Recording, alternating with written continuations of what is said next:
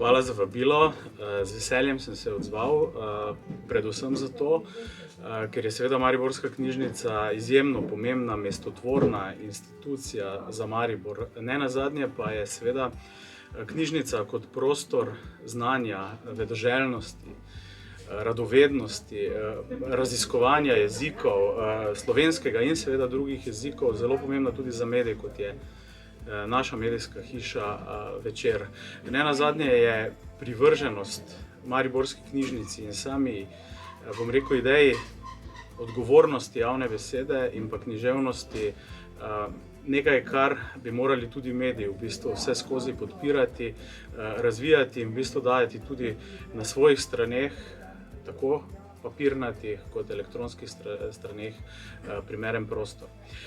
Tako da Večer je bil vedno seveda na nek način, upam, da lahko rečem, partner, podpornik in pa skupaj z Mariborsko knjižnico zagotovo eden izmed tistih stebrov tudi mariborske, recimo, kulture, izobraževanja in pa znanja, tako da ni bilo nobenega vprašanja.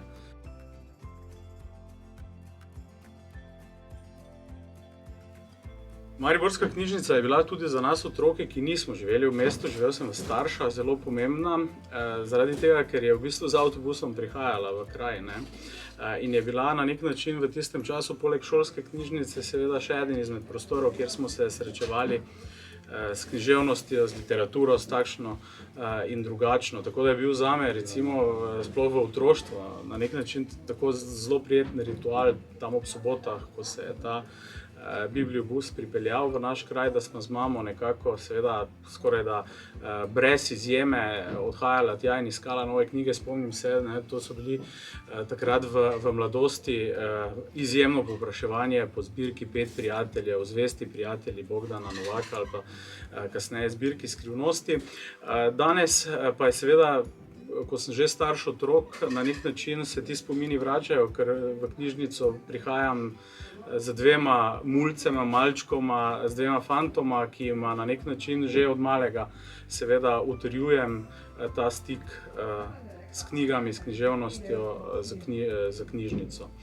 Drugače pa je seveda knjižnica zame kot državljana, ki nekako prisega na aktivno državljanstvo ali pa za novinarja, bila knjižnica in je vedno seveda prostor, v katerem smo se srečevali ljudje različnih idej, različnih misli, pogledov in nenazadnje, kjer smo prihajali v stik z tistimi avtorji, pri katerih smo iskali ali potrditve ali zavrnitve nekih svojih družboslovnih ali širših razmislekov.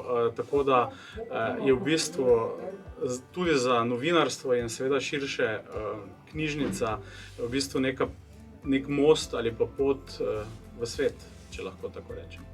Okay.